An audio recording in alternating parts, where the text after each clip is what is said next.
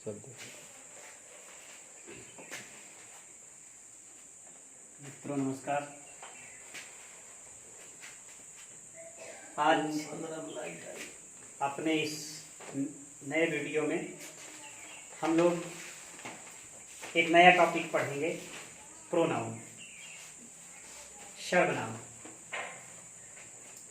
दो शब्द हैं इसमें, एक तो नाउन है और इसी के साथ लगा हुआ है प्रो।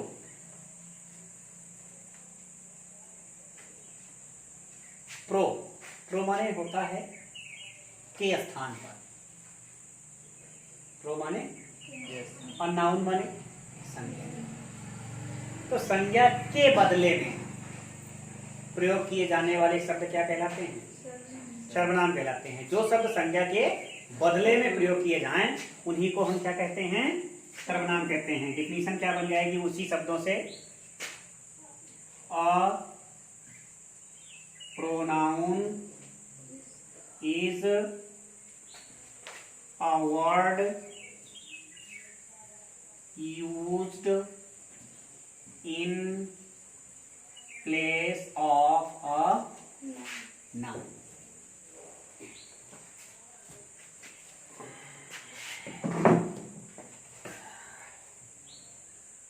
संज्ञा के बदले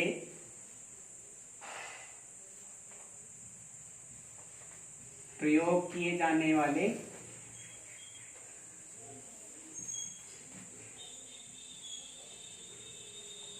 शब्द।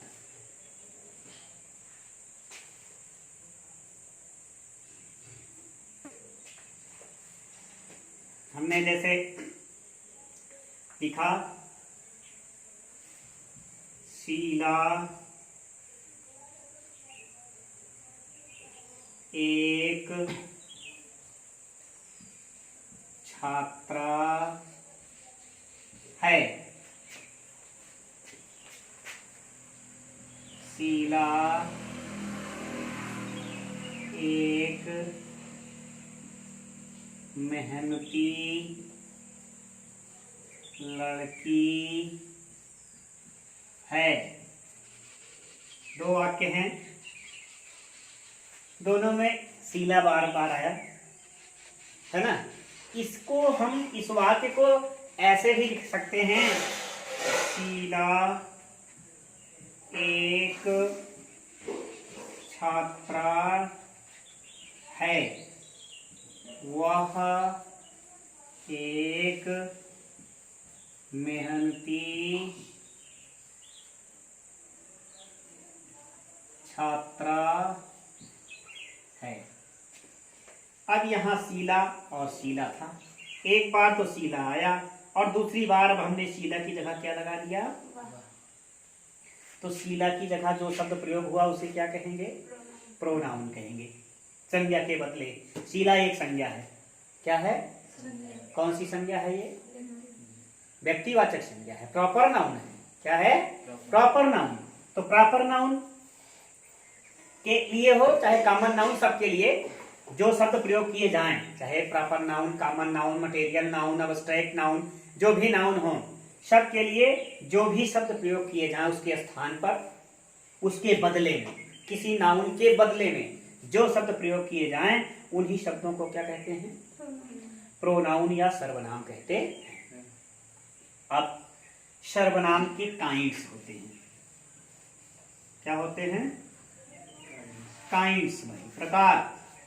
जैसे नाउन के प्रकार होते हैं ऐसे ही प्रोनाउन के भी काइंड्स होते हैं। ठीक है, तो प्रोनाउन काइंड्स में कई काइंड्स होते हैं। एक तो होता है क्या? Personal pronoun.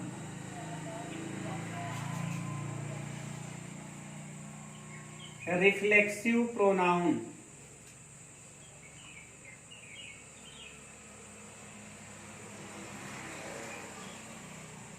Demonstrative pronoun,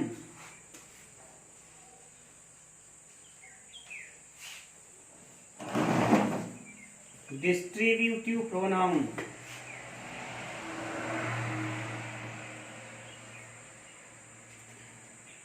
interrogative pronoun,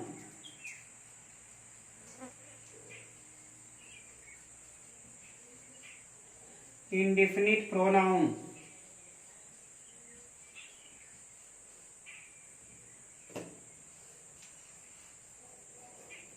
relative pronoun,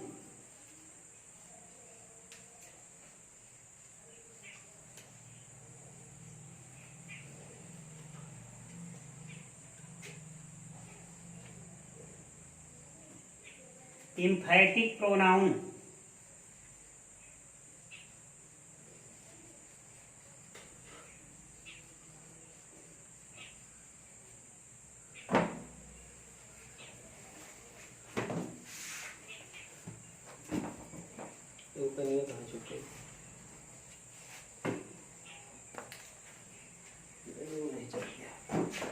आठ हो गए। ठीक है, सबसे पहले पढ़ेंगे पर्सनल प्रोनाउन, यही मेन प्रोनाउन है, और है तो सब प्रोनाउन लेकिन पर्सनल प्रोनाउन ही मेन प्रोनाउन है। इसका प्रयोग आपको हर जगह मिलेगा। पर्सनल प्रोनाउन मीन्स क्या होता है? व्यक्तिवाचक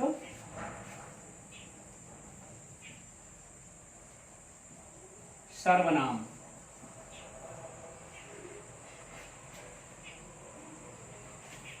वे सर्वनाम जो किसी व्यक्ति या वस्तु के लिए प्रयोग किए जाएं, उसे क्या कहते हैं? पर्सनल प्रोनाउन कहते हैं।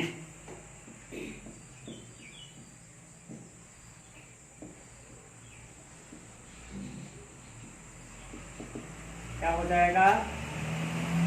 A personal pronoun is a pronoun used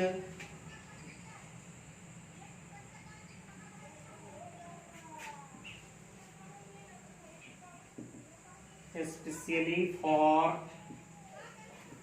person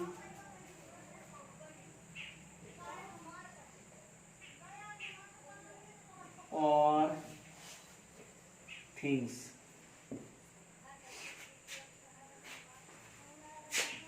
He, she, it, they, I, we, you, etc।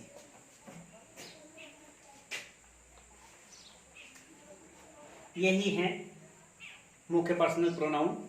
He, she, it, they, I, we, you ना, ये सब क्या होते हैं? देखो, ही किसके लिए आता है?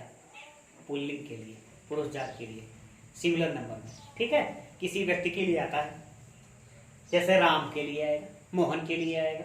ठीक है। सी स्त्रीलिंग के लिए आता है। इट वस्तु के लिए आता है, प्रकृति के लिए, प्राकृतिक घटनाओं के लिए आता है, प्राकृतिक वस्तुओं के लिए आता है।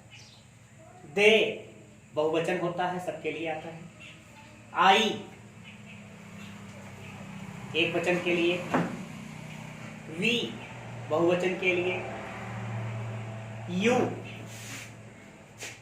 बहुवचन, यू ऑलवेज प्लूरल, यू को हमेशा बहुवचन में यूज किया जाता है। ठीक है, तो ये सब किसके लिए आ रहे हैं? किसी व्यक्ति या वस्तु के लिए आ रहे हैं। तो जो सर्वनाम किसी व्यक्ति या वस्तु के लिए आते हैं उन्हें क्या कहते हैं? पर्सनल प्रोनाउन कहते हैं। पर्सनल प्रोनाउन की पहचान क्या हो गई? ये किसी व्यक्ति या वस्तु के लिए आते। अब पर्सनल प्रोनाउन के तीन प्रकार होते हैं। कई प्रकार होते हैं? फर्स्ट पर्सन, सेकेंड पर्सन और third person.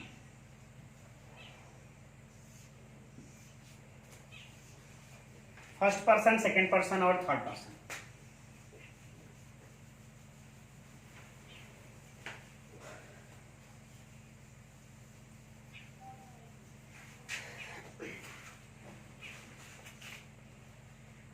First person, second person, third person बहुत आराम से पहचानेंगे। चलिए, मैं और हम, मैं और हम क्या है? First person. तुम सेकंड पर्सन। और बाकी इसके अलावा जितने बचे, ठीक है। दूसरे शब्दों में आ जाइए, वक्ता फर्स्ट पर्सन, श्रोता थर्ड पर्सन, सेकंड पर्सन, और जिसके विषय में कोई बात कही जाए वो क्या होता है? Third person. ठीक है। वक्ता, यहां पर बोलने वाला कौन है? मैं। बोलने वाला मैं हूं, तो मैं फर्स्ट पर्सन हो गया। मैं अपने लिए क्या यूज करूंगा? आई। ठीक है, आई और वी यूज करेंगे। और श्रोता कौन है? तुम, आप। तो आपके लिए क्या होगा? यू होगा। आपके लिए यू होगा, तुम के लिए यू होगा, श्रोता के लिए हो गया। और जैसे अब यहां पर बात की जाए किसकी? शीला की, गीता की, रीता की ना। तो शीला, गीता और रीता यहां है नहीं, उनके विषय में बात की जा रही है। तो जिसके विषय में बात की जाए वो कौन पर्सन हो जाता है? दो नियम हो गए पहचानने के। और तीसरा है, ऐसे याद करके रखें, हम उत्तम, तुम मध्यम, बाकी सब थर्ड। ठीक है। संस्कृत व्याकरण में यही चलता है क्या? हम उत्तम, तुम मध्यम, बाकी सब प्रथम। संस्कृत व्याकरण और हिंदी व्याकरण कहता है कि हम उत्तम, तुम मध्यम, बाकी सब प्रथम। लेकिन अंग्रेजी व्याकरण में क्या है कि हम उत्तम, तुम मध्यम और बाकी सब थर्ड पर्सन चले जाते हैं। उत्तम माने फर्स्ट पर्सन, मध्यम माने सेकंड पर्सन और थर्ड पर्सन। ठीक है। आई और वी कौन सा पर्सन हुआ? First person. You second person ना। ही, सी, इट और दे कौन सा पर्सन बना? Third person. ठीक है। तो फर्स्ट पर्सन आई और सेकंड पर्सन यू और third person he, she, it और यही इतने प्रोनाउन हैं। ये क्या हैं? इनको हम कहते हैं ये मालिक हैं। क्या है? इतने ही प्रोनाउन मालिक हैं, ये अपने अपने के मालिक हैं। और जो प्रोनाउन अब इसके अलावा जितने भी बचते हैं वो इनसे संबंधित होते हैं। ठीक है। कोई आई के लिए होता है, कोई बी के लिए होता है, कोई यू के लिए होता है, कोई ही के लिए, कोई सी के लिए, कोई इट के लिए, कोई दे के लिए ना। तो मालिक ये बन गए। अब इनके बदले में जो प्रयोग किए जाएंगे तो उसमें रिलेटिव, रिफ्लेक्सिव, इंडेफिनिट जो भी बनेंगे वो सब किससे संबंधित होंगे? इसी से होंगे। तो इनको हम इनकी ऑनरशिप ले लेते हैं, इनको जो है हम मालिक बना देते हैं और इन्हीं को मालिक बना करके इनके सापेक्ष सारे प्रोनाउन का अध्ययन किया जाता है। चलिए, तो हम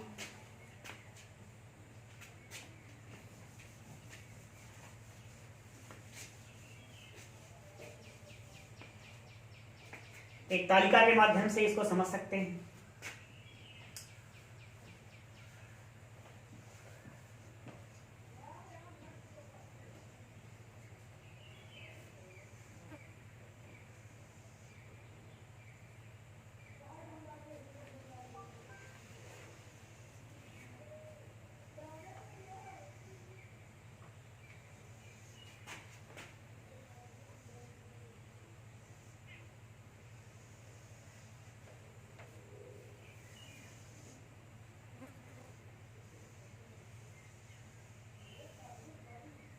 %50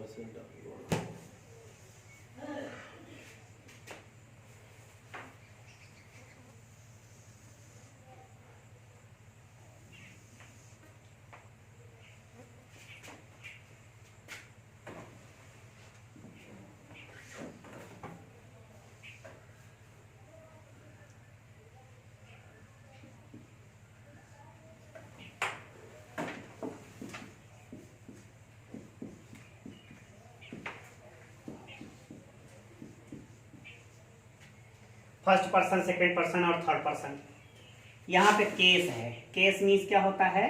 कारक। कारक ये है नॉमिनेटिव केस।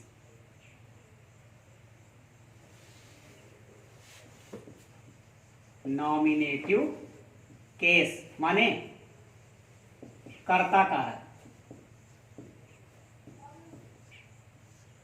ये है ऑब्जेक्टिव केस माने कर्म कारक।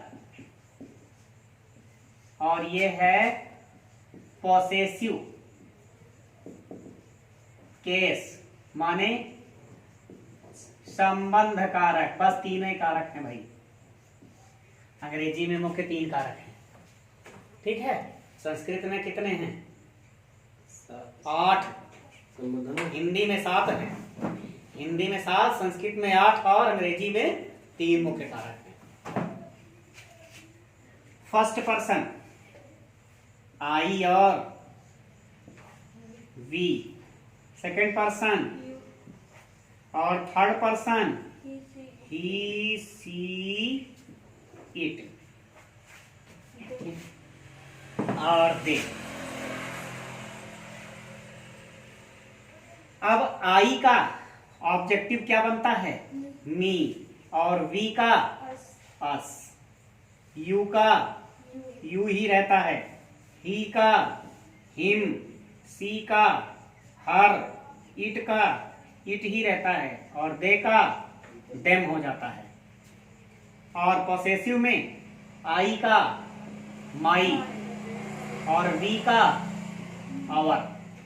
माई माइन, आवर आवर्स। यू का योर और योर्स। और ही का हिज। सी का हर ही रहता है। इट का इट्स हो जाता है। और दे का देयर। दियर होता है, देयर नहीं होता है। ठीक है, देयर माने वहां, दियर माने उनका। चलिए, अब अगर ये किसी भी वाक्य में अगर ये वर्ब है, क्या है? वर्ब के बाद जो भी प्रोनाउन यूज होगा किस केस में होगा? और वर्ब के पूर्व जो भी प्रोनाउन यूज होगा किस केस में होगा? और ये नाउन, ये पॉसेसिव केस प्लस इसके बाद नाउन जरूर आएगा।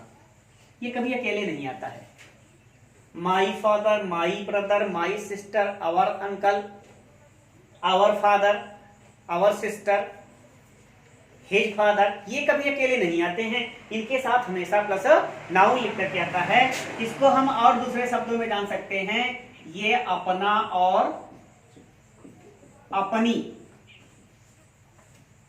अपना और अपनी के भाव को व्यक्त करने के लिए आते हैं। अपना और अपनी का अर्थ बताने के लिए आते। ये कोई प्रोनाउन नहीं बनते हैं। हमने बताया ये मालिक है, इसका मालिक ये है। तो माई जब लग के आएगा तो माई का कौन सा पर्सन? माई अकेले कौन सा पर्सन है? First person. लेकिन अगर माई फादर लिख उठा तो कौन सा पर्सन बना? थर्ड पर्सन बन गया। माई अंकल लिख उठा तो कौन सा पर्सन बना? थर्ड पर्सन बन गया। यानी कि इसके साथ जब कोई नाउन लग गया तो उसका पर्सन कौन गिना जाएगा? जो भी होगा, है ना, उसका पर्सन उसी पर उसमें गिना जाएगा। वो ये कोई मालिकाना हक नहीं रखता है अपना। मालिक कौन होता है? ठीक है, मी का मालिक कौन है? आई। अस का मालिक कौन है? वी। तो मी जो है वो किसके अनुसार चलेगा? आई के अनुसार। और अस किसके अनुसार चलेगा? ठीक है, आई के लिए पॉसेसिव का लगेगा और वी के लिए पॉसेसिव का लगेगा, आवर लगेगा। ठीक है, पॉसेसिव माने अपना। ठीक है, ऐसे ही के लिए क्या लगेगा? अब ही के लिए जब हिज लगेगा तो मोहन के लिए क्या लगेगा? मोहन किसके लिए लगता है? ही के लिए लगता है। यानी ही मोहन के लिए क्या आता है? ही। मोहन के लिए क्या आता है? सोहन के लिए क्या आता है? ठीक है, गोपाल के लिए क्या आएगा? ही। तो इनके लिए पॉसेसिव क्या लगेगा? हिज। ऐसे ही रीता के लिए क्या आएगा? सी। गीता के लिए क्या आएगा? तो इनके लिए पॉसेसिव क्या लगेगा? हर लगेगा। ठीक है, अब अगर कोई वस्तु है ना, अगर कोई चेयर है कार है ना, ट्रीज हैं। अगर ऐसी कोई वस्तु है तो वस्तु के लिए क्या आता है? इट। तो इसका पोसेसिव क्या लगेगा? नेचर है इट्स ओन लॉ ना, प्रकृति के अपने नियम होते हैं। तो ये पोसेसिव केस होता है, ये पोसेसिव केस है और ये इसका ऑब्जेक्टिव केस है। हम पहचानेंगे कैसे? देखो यहाँ पे भी हर है और यहाँ पे भी हर है, तो हम कैसे जानेंगे कि कौन सा ऑब्जेक्टिव केस है और कौन सा पोसेसिव केस है? बड़े आराम से जान लेंगे। किससे जानेंगे? कि अगर वर्ब के बाद यूज हुआ है, वर्ब के बाद यूज हुआ है और शर्त यह है कि इसके साथ कोई नाउन ना हो, तब प्रोनाउन कौन सा केस है? ऑब्जेक्टिव का है। यू और यू दोनों हैं, हम कैसे जाने कि ऑब्जेक्टिव है कि नॉमिनेटिव है? तो अगर वर्ब के पहले है तो क्या है?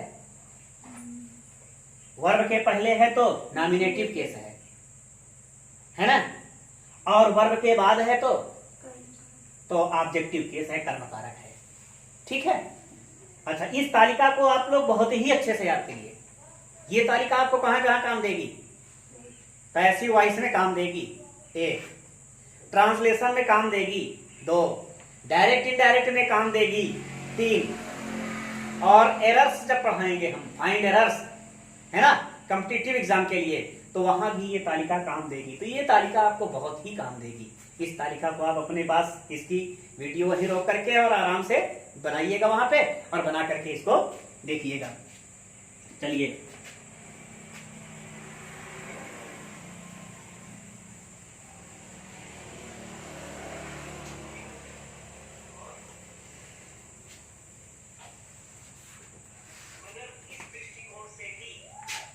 अब हम लोग पढ़ते हैं। देखो, हमने जो सीरियल लिखाया है उस सीरियल में हम आपको नहीं पढ़ाएंगे, हम पढ़ाएंगे अपने थोड़ा सुविधा के दृष्टिकोण से, कि जो आपको ज्यादा मतलब पहले समझ में आएगा, फिर उससे सीरियल से चलते चलेंगे, उस सीरियल से हम नहीं चलेंगे। तो अब हम लोग पढ़ते हैं एक, क्या है? Demonstrative pronoun. डेमोन्स्ट्रेटिव प्रोनाउन मतलब संकेतवाचक सर्वनाम। डिफिनीशन बहुत आसान होगी, डिफिनीशन इसकी बहुत आसान होगी। A demonstrative pronoun is a pronoun that demonstrate. ठीक है, बन जाएगी। कैसे? A demonstrative pronoun is a pronoun that denotes to any noun। Way pronoun जो किसी नाउन की ओर संकेत करें, इशारा करें, डेमोन्स्ट्रेट करें या संकेत करें, उन्हें क्या कहते हैं? Demonstrative pronoun. डेमोन्स्ट्रेटिव प्रोनाउन 2 हैं। तो कितने हैं? 2। कौन कौन से? एक तो है दिस और दूसरा है दैट। बताओ। हाँ, दिस और दैट 2 ही हैं। अगर कोई आपसे पूछे डेमोन्स्ट्रेटिव कितने, डेमोन्स्ट्रेटिव प्रोनाउन कितने हैं? 2। कौन कौन से? दिस और दैट। अब दिस ये क्या है? ये है सिंगुलर। क्या है? सिंगुलर। और इसका प्लूरल क्या होता है? दिस का दीज होता है और दैट का दोज होता है।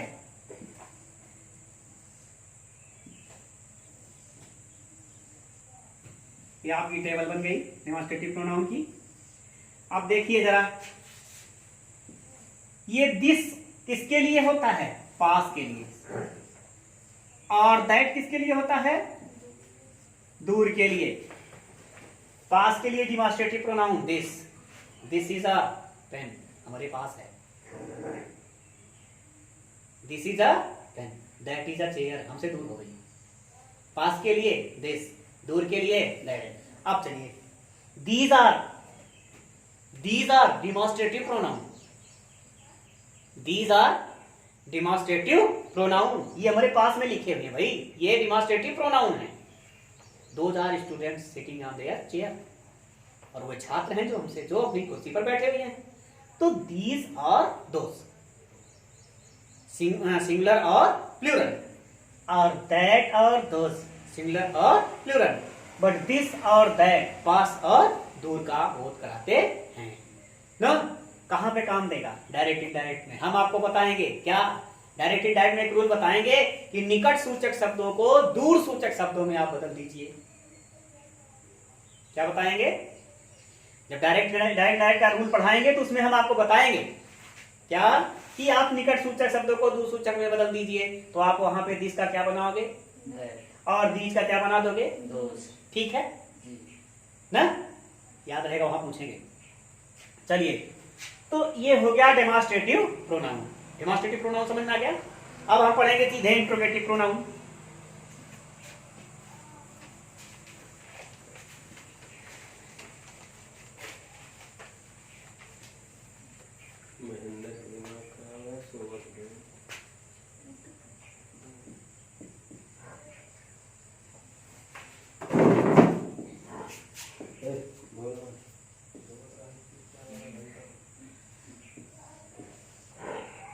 इंट्रोगेटिव प्रोनाउन,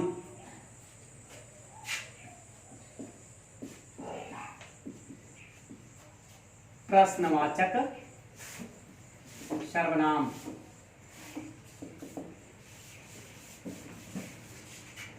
बहुत आसान है, एकदम आसान है। क्या है प्रश्न? अब आप इसकी डिफिनेशन खुद बना लीजिएगा। An interrogative pronoun is a pronoun that asks question. An interrogative pronoun is a pronoun that asks, वे सर्वनाम जिनसे प्रश्न पूछा जाए क्या कहलाते हैं? इंट्रोगेटिव प्रोनाउन कहलाते हैं। ठीक है, बना लोगे? परिभाषा बन जाएगी ना? ठीक है, बना लेना अपने मन से। अब हमको पूछने पे बताना ना। तो इंट्रोगेटिव प्रोनाउन क्या होते हैं? वे सर्वनाम जिनसे प्रश्न पूछा जाए। अब चलिए कौन कौन से प्रश्नवाचक हैं? What, where, why, when, how much,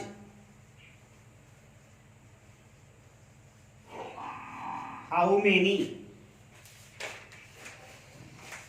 who, whom, whose। What Hindi क्या बनेगी व्हाट की? व्हाट मीन्स, वेयर मीन्स कहाँ, वाई मीन्स क्यों, व्हेन मीन्स कब, हाउ मीन्स कैसे, हाउ मच मीन्स कितना, और हाउ मेनी माने भी कितना होता है। ये भैया मात्रा है, और ये क्या है? संख्या है। जिसको हम उंगली पर गिन सकें उनके लिए हाउ मेनी, और जिनकी हम गणना ना कर सकें उनके लिए हाउ मच। मटेरियल नाउन के लिए क्या लगेगा? How much. ठीक है, कॉमन नाउन के लिए क्या लगेगा? How many. How many students are there. ठीक है,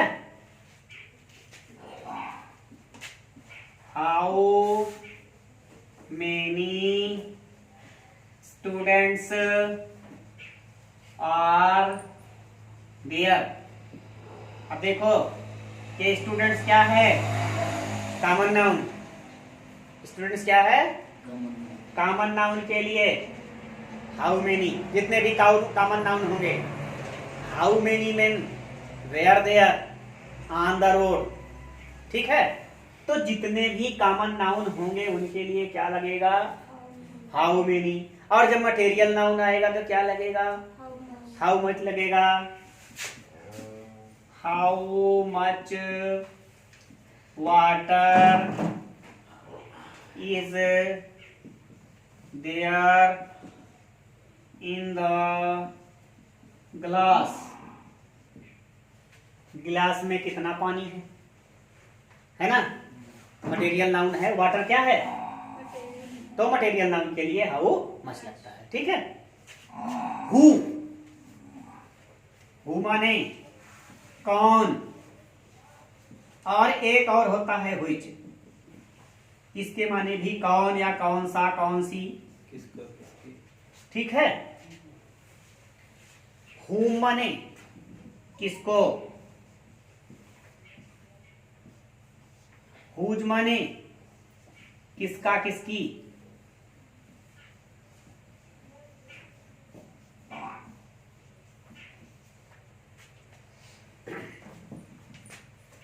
अब देखो, इससे कोई वस्तु या तथ्य, व्हाट से क्या निकलेगा? व्हाट किसके लिए प्रयोग होगा? किसी वस्तु या तथ्य के लिए। What is there on the chair. कुर्सी पर क्या है? कोनो वस्तु रखी हुई है ना। तथ्य मीन्स कोई घटना हो।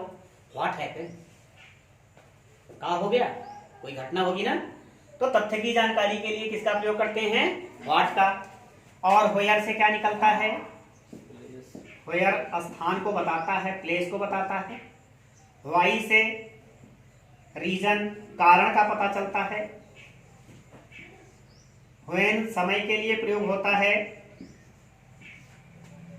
हाउ, हाउ मैनर या ढंग बताता है। और ये बता ही दिए हैं, मात्रा और संख्या बताता है। हु सजीव, हु किसके लिए आता है? सजीव के लिए आता है। व्हिच निर्जीव के लिए आता है। व्हिच का प्रयोग हमेशा निर्जीव के लिए और हु का प्रयोग सजीव के लिए होता। और ऐसी हर वस्तु जिनको हम सजीव होते हुए भी निर्जीव मान लें, तब निर्जीव के लिए ही प्रयोग करते हैं। ये भी ध्यान देने की बात रहेगी। तो सजीव के लिए हु और निर्जीव के लिए। और हु, हुम, हुज। हु क्या है? नॉमिनेटिव केस है। क्या है? नॉमिनेटिव केस, कर्ता कारक। Who is teaching you English. आपको अंग्रेजी कौन पढ़ा रहा है, यानी पढ़ाने का कार्य कौन कर रहा है, तो कार्यकर्ता निकलेगा ना। हु से क्या निकलेगा? कर्ता कारक। हुम क्या है? इसका ऑब्जेक्टिव है। To whom the teacher is teaching English. अध्यापक अंग्रेजी किसको पढ़ा रहा है ना। अध्यापक अंग्रेजी किसको पढ़ा रहा है? तो अपने कर्म के द्वारा जिसको संतुष्ट करेगा वो कौन सा कारक होगा? कर्म कारक होगा, है ना। कर्तु ईप्सितम कर्मम, संस्कृत में कर्तु ईप्सितम कर्मम। कर्ता अपने क्रिया के द्वारा जिसे ईप्सित करे, खुश करे, उसमें कर्म कारक होता है। ठीक है। तो और ये हुज क्या है? वही पोसेसिव है, जो वहां पोसेसिव आया था, है ना। तो हु के लिए पोसेसिव क्या लगाते हैं? Whose, whose pen, whose book, whose ना। हुज अकेले नहीं आएगा। पोसेसिव केस का प्रोनाउन कभी अकेले नहीं यूज होता, उसके साथ उसका नाउन अवश्य लगा होता है। ठीक है, हो गया इंट्रोगेटिव प्रोनाउन। हाँ, चलिए अब इंट्रोगेटिव प्रोनाउन को ही हम रिलेटिव प्रोनाउन कहते हैं भाई। क्या कहते हैं? जब इनसे हम प्रश्न पूछें, क्या करें? प्रश्न पूछें, तब कौन सा प्रोनाउन है? जैसे हमने कहा who is standing at the door, दरवाजे पर कौन खड़ा है? What have you in your hand, what have you in your, आपके हाथ में क्या है? तो पेन है, बुक है। और पेन और बुक क्या है? नाउन है कि नहीं है? कौन से नाउन है? पेन और बुक कौन से नाउन है? कॉमन नाउन भाई। पेन और बुक, पेन कहेंगे तो सब पेन आ जाएंगे ना। आप पेन में पार्कर पेन कहेंगे तब तो कॉमन नाउन होगा, प्रॉपर नाउन होगा, है ना। अगर पार्कर पेन कहे तो तब प्रॉपर नाउन, लेकिन अगर केवल पेन कह रहे हैं तो क्या है? कॉमन नाउन है। ठीक है, तो इससे जब हम प्रश्न पूछें तब तो ये इंट्रोगेटिव प्रोनाउन होगा, और यही कोई अलग से नहीं, यही इंट्रोगेटिव प्रोनाउन रिलेटिव प्रोनाउन बन जाता है जब इससे प्रश्न ना पूछा जाए। एग्जाम्पल ले लीजिए,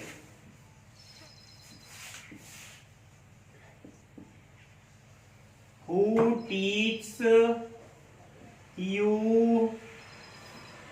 इंग्लिश? Who teach you? आपको अंग्रेजी कौन पढ़ाता है? किसी नाउन के लिए लगा हुआ है, कोई नाउन होगा, ठीक है। और दूसरा देखो,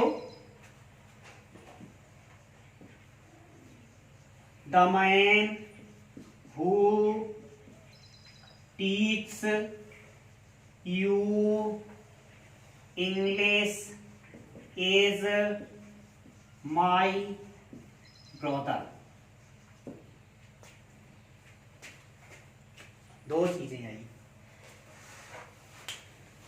एक तो यहां पे क्या आया? हु, और एक यहां भी हु आया। इस हु से प्रश्न पूछा गया। क्या पूछा गया? अगर हु से प्रश्न पूछा गया तब तो ये इंट्रोगेटिव प्रोनाउन था। अब एक हु यहां फिर आया, मगर इससे प्रश्न नहीं पूछा जा रहा है ना। इससे जब प्रश्न नहीं पूछा गया तब यही क्या बन गया? रिलेटिव प्रोनाउन हो गया। क्या हो गया? रिलेटिव प्रोनाउन हो जाता है। तब इसका अर्थ बदल जाता है। जब ये इंट्रोगेटिव प्रोनाउन रिलेटिव प्रोनाउन हो जाता है तो व्हाट का अर्थ, ठीक है, वेयर का अर्थ, जहां, the village where you born I know well, वो गांव जहां पैदा हुई मैं अच्छी तरह जानता हूं, ठीक है। फिर वाई माने जाहे,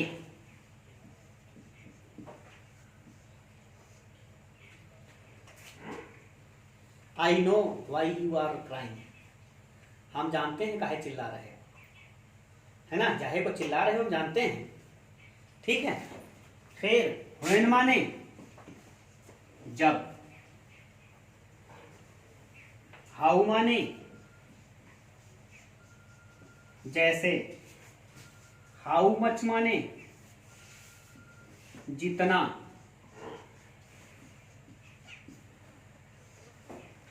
और हु माने जो, हु माने जिसको, हुज माने जिसका, जिसकी, और व्हिच माने जो की।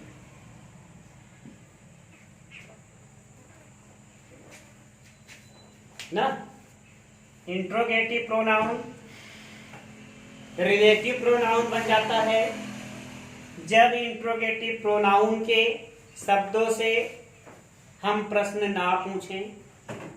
जब तक इंट्रोगेटिव प्रोनाउन के शब्द से हम प्रश्न पूछे तब तक इंट्रोगेटिव प्रोनाउन था, और जब हमने इससे प्रश्न नहीं पूछा तब ये क्या हो गया? रिलेटिव प्रोनाउन बन जाता है। किस प्रकार? हेल्पिंग वर्ब और लिंकिंग वर्ब की तरह।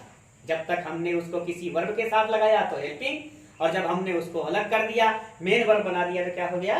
लिंकिंग वर्ब हो गया। ऐसे ही ये रिलेटिव और इंट्रोगेटिव प्रोनाउन होते हैं। अब एक रिफ्लेक्सिव प्रोनाउन और इम्फेटिक प्रोनाउन है, अगले वीडियो पढ़ेंगे इसके विषय में। हम लोग रिफ्लेक्सिव और इंट्रोगेटिव, इसमें जो शेष बचे हुए हैं उसका हम लोग अगले वीडियो में अध्ययन करेंगे। इसमें यहीं तक। अगर ये वीडियो आपकी पसंद, आपको समझ में आए, हमारी बात आपको पसंद आए, आप हमारा वीडियो पसंद कीजिए, लाइक कीजिए, शेयर कीजिए। धन्यवाद।